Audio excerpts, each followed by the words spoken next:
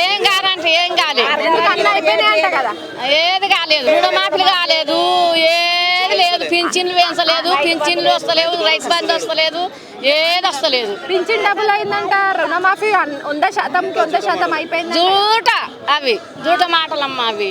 లేమ్మా కాదు, నిజమే. అయ్యో హోదాలో ఉండి అబద్ధం చెప్తాడు ఆయన. ఎవరి పోదాం పోదాంపా. రుణమాఫీ మొత్తం చేసేసిన 100% అంటున్నాడు. రుణమాఫీ చేసినాడు, చేసిన ఎందుకు చేసిండు? చేయలే, ఏది చేయలే, ఏది రాలేదు.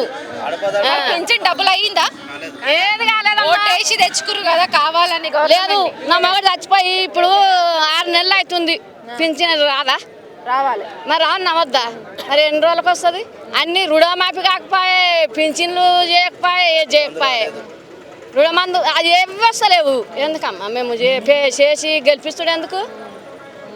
పింఛన్ వస్తుంది కదా మామూలుగా. వస్తుంది, పింఛన్ వస్తలేదమ్మా, వస్తలేదు పింఛని. మరి ఇంతకు ముందు ఉన్న ప్రభుత్వం బాగుండనా ఇప్పుడు వాళ్ళు బాగున్నారు? మరి అప్పటిదే బాగుండే. ఏం చేసిండు కేసీఆర్? ఏం చేసిండు? నీళ్ళు తెచ్చిండు, అన్ని చేసిండు, బాత్రూమ్ కట్టించు, అన్ని చేసిండు, కరెంట్ తెచ్చిండు. ఇప్పుడు కరెంట్ సుత సక్కలేదు. రైతు బంధు 24 గంటలు కరెంట్ మంచిగా ఉంటుంది. అసలు ఒక్క నిమిషం కూడా తీస్తలేమంటారు ఇల్లు. ఎవరు లేదు. ఇప్పుడు 24 గంటలు కరెంట్ ఇచ్చిండు, రైతు బంధు తెచ్చిండు కేసీఆర్.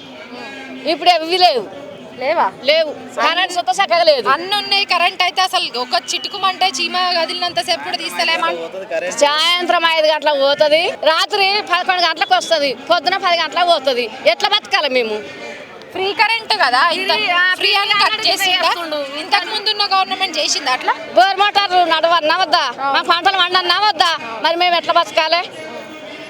మరి గవర్నమెంట్ సీఎం సార్కి చెప్పమంటే ఏం చెప్తావు? ఏంది చెప్పేది? ఇట్లే చెప్తాము. ఇంకా 4 సంవత్సరాలు ఉంటాడు ఆయన. చెప్తాము, ఇట్లా చెప్తాము. ఏది వస్తలేదు, పింఛన్లు వస్తలేవు, రైతు బంధు వాళ్ళు లేదు, రుణమాఫీ సుతా సగం చేసాడు, సగం చేయలే. 2 లక్షలు ఉండడానికి 1 లక్ష చేసిండు, 1 లక్ష చేయలే, ఇయ్యలే. ఇంకా 4 సంవత్సరాలు కష్టమే. మరి మహిళలకు 2500 ఇస్తా అన్నాడు, అవి ఇయ్యలే. నీకు నీ కోడలికి నీ ఇంట్లో ఎంతమంది ఆడవాళ్ళు ఉంటే అంతమందికి వేస్తా అన్నారు. వేస్తా అన్నాడు, వేయలేదు, రాలే.